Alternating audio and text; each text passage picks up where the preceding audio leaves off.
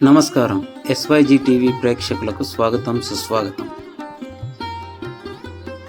రాష్ట్రంలో ఉన్న ప్రసిద్ధమైన శ్రీ వెంకటేశ్వర స్వామివారి క్షేత్రాలలో విశిష్టమైనదిగా విరాజిల్లుతున్న క్షేత్రం, రెండవ తిరుపతిగా, పేదల తిరుపతిగా పేరు గడించిన ప్రదేశం, సాక్షాత్తు ఆ ఏడుకొండల స్వామియే నడిచి వచ్చిన ప్రదేశం, మహిమాన్విత ప్రదేశం, అడుగడుగున పాదముద్రలతో అలరారుతున్న లోయలు, వందల మెట్ల మీద కట్టని గుడిలో కొలువైన చక్కని దేవుడు, సహజ సిద్ధమైన కోనేరు, పవిత్ర పుణ్యక్షేత్రంగా తిరుపతి తర్వాత అంతటి మహిమాన్విత క్షేత్రంగా పేరుగాంచి వందల సంవత్సరాల చారిత్రక వైభవంతో అలరారుతున్న పవిత్రమైన పుణ్యక్షేత్రం మన్యంకొండ శ్రీ లక్ష్మీ వెంకటేశ్వర స్వామివారి దేవాలయం.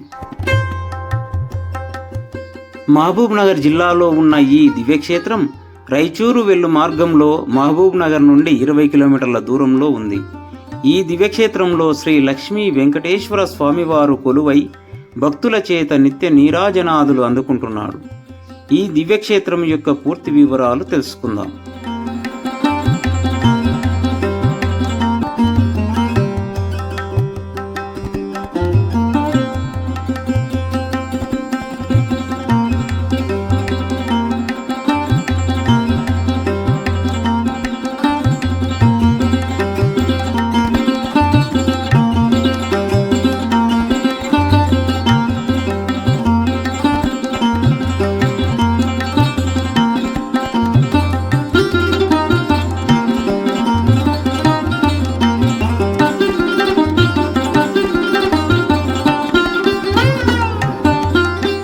చుట్టూ పచ్చటి ప్రకృతి, ప్రశాంతమైన వాతావరణం, పెద్దగా హడావిడి లేని రహదారులు మన్యంకొండ ప్రయాణాన్ని ఆహ్లాదంగా మార్చేస్తాయి. అలా ముందుకు సాగితే ప్రధాన ద్వారం స్వాగతం పలుకుతుంది. ఈ ద్వారాన్ని చూస్తేనే ఈ క్షేత్రం ఎంత పురాతనమైనదో చెప్పవచ్చు. ద్వారానికి ఇరువైపుల జయ విజయుల విగ్రహాలు, పైభాగంలో శేషతల్పంపై పవరించిన విష్ణుమూర్తి, లక్ష్మీదేవి, చుట్టూ గరుత్మంతుడు, వివిధ దేవతామూర్తుల కొలువై కనిపిస్తారు. శ్రీ లక్ష్మీ వెంకటేశ్వర స్వామి వారి నామంతో పునీతమవుతున్న పుణ్యధామం మన్యంకొండ. ఈ దివ్యధామంలో శ్రీ లక్ష్మీ వెంకటేశ్వర స్వామివారు కొలువై భక్తుల చేత నిత్య నీరాజనాదులు అందుకుంటున్నాడు. ప్రశాంతమైన వాతావరణం, ఆహ్లాదకరమైన కొండలు, కోనల మధ్య మనోహరమైన ప్రకృతి అందాల నడుమ ఈ దివ్యక్షేత్రం అలరారుతుంది. మహబూబ్ నగర్ పట్టణానికి సుమారుగా కొండపైకి 25 కిలోమీటర్ల దూరంలో ఉన్న ఈ దివ్యక్షేత్రం యాత్రికులకు కావలసినంత మానసికానందాన్ని కలిగజేస్తుంది. మన్యంకొండ శ్రీ లక్ష్మీ వెంకటేశ్వర స్వామివారి ఆలయం దట్టమైన అడవుల, ఎత్తైన కొండల మధ్య విరాజిల్లుతుంది. మన్యంకొండ శ్రీ లక్ష్మీ వెంకటేశ్వర స్వామివారి ఆలయానికి ఘాట్ రోడ్ సదుపాయం కూడా ఉంది. అనంతమైన వృక్ష సంపద, కొండలు, కోనలు, గుట్టలు, లోయలు ఈ మార్గం గుండా వెళ్ళు భక్తుల హృదయాలు మైమరిపిస్తాయి.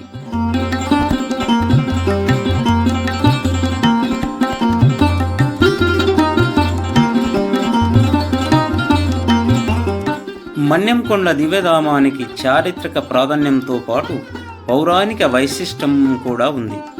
పూర్వం ఈ కొండ గుహలలో అనేక మంది మునులు, ఋషులు తపస్సు చేశారని చారిత్రక ఆధారాల ద్వారా తెలుస్తుంది. ఆ కారణంగా పూర్వం ఈ కొండను మునుల కొండ అని పిలిచేవారని, కాలక్రమేణా అది మన్యంకొండగా మార్పు జరిగినట్లు తెలుస్తుంది.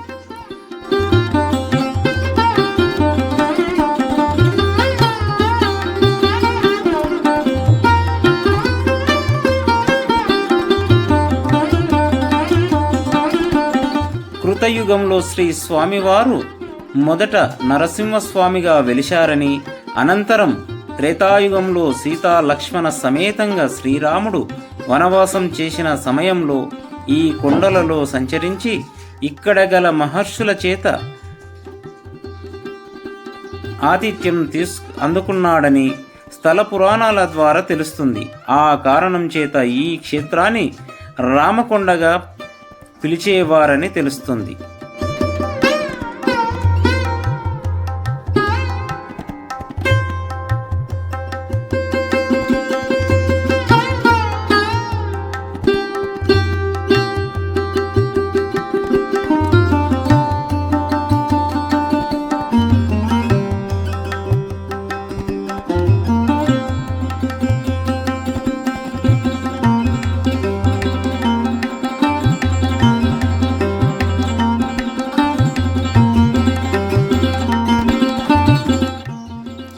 మన్నెంకొండ దివ్యక్షేత్రం ఒకప్పుడు మునుల తపోభూమిగా విరాజిల్లింది. మహిమాన్విత దివ్య పురుషులెందరో సంచరించినట్లు స్థల పురాణం ద్వారా తెలుస్తుంది.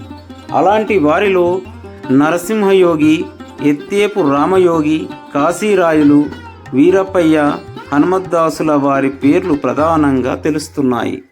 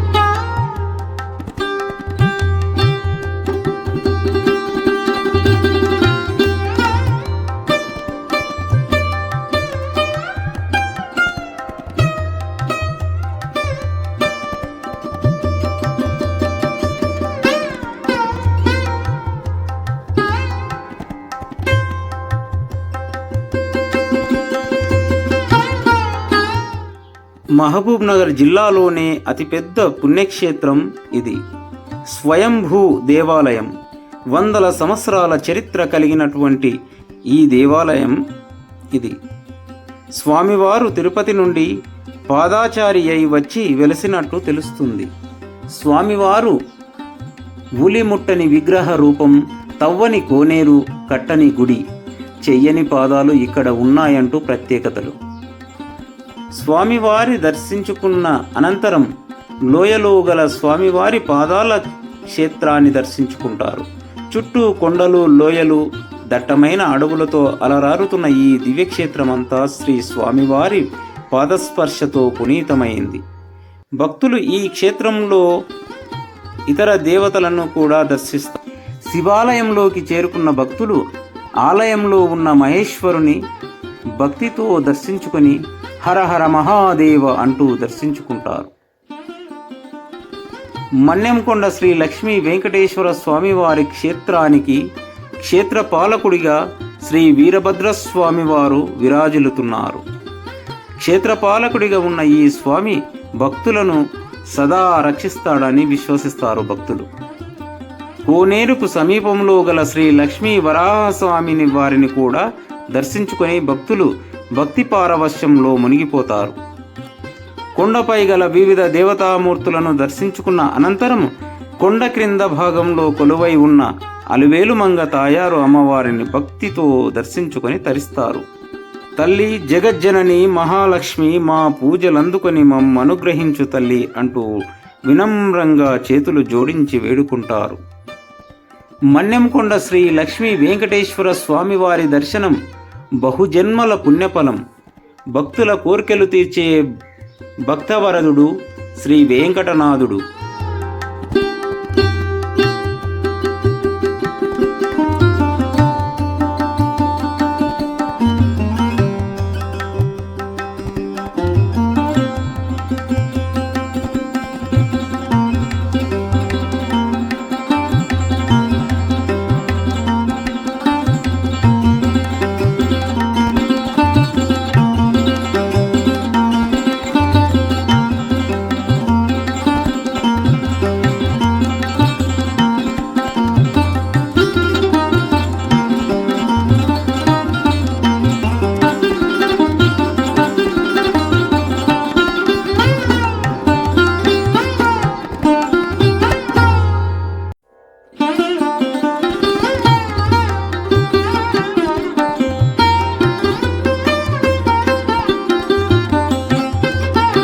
ప్రశాంతమైన వాతావరణంలో అలరారుతున్న ఈ పుష్కరిణి, ఈ క్షేత్రం ఒకప్పుడు మునులకు, ఋషులకు తపోభూమిగా విరాజిల్లేది.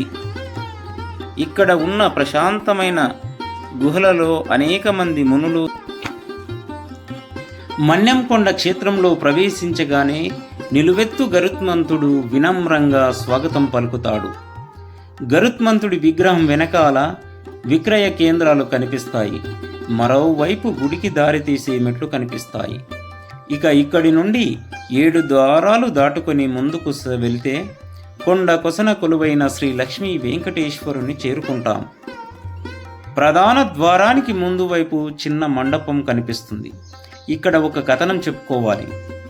స్వామివారు ఇక్కడ కృతాయుగంలో మొదట నరసింహస్వామిగా వెలిశారని, ఆ తర్వాత త్రేతాయుగంలో సీతాలక్ష్మణ సమేతంగా శ్రీరామచంద్రుడు వనవాసం చేసిన సమయంలో ఈ గిరులలో సంచరించి ఇక్కడే తపస్సంపన్నులైన వారిచే ఆతిథ్యం అందుకున్నాడని, అందుకే ఈ క్షేత్రాన్ని రామకొండగా పిలుస్తారని చెబుతారు. దీనికి నిదర్శనం అన్నట్టుగా ప్రధాన ద్వారం పైభాగంలో సీతారామ లక్ష్మణ విగ్రహాలు కనిపిస్తాయి.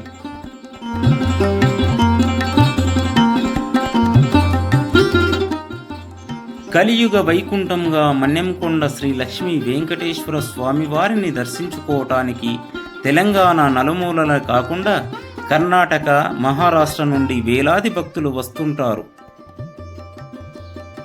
ఇక్కడ మరో కథనం కూడా ఉంది.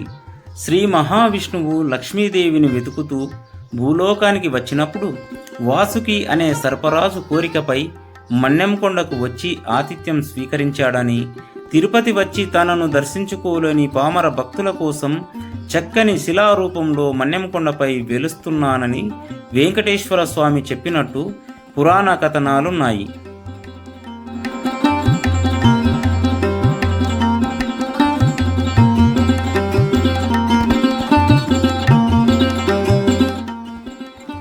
స్వామివారికి నిత్య పూజా కార్యక్రమాలు, నివేదితాలతో పాటు బ్రహ్మోత్సవాలు, రథోత్సవాలు, అమ్మవారి కళ్యాణోత్సవాలు అంగరంగ వైభవంగా జరుగుతాయి. వందల సంవత్సరాలుగా భక్తుల కొంగు బంగారంగా వెలిసిన ఈ క్షేత్రం మహిమలు ఎన్నో ఉన్నాయి. అందుకే ఎంతో దూరాల నుండి, ఎన్నో వ్యయ ప్రయాసాలకు నుండి వేలాది భక్తులు ఈ క్షేత్రానికి వస్తారు. రెండో తిరుపతిగా పేరుగాంచిన స్వామివారిని దర్శించుకొని వెనుదిరుగుతారు.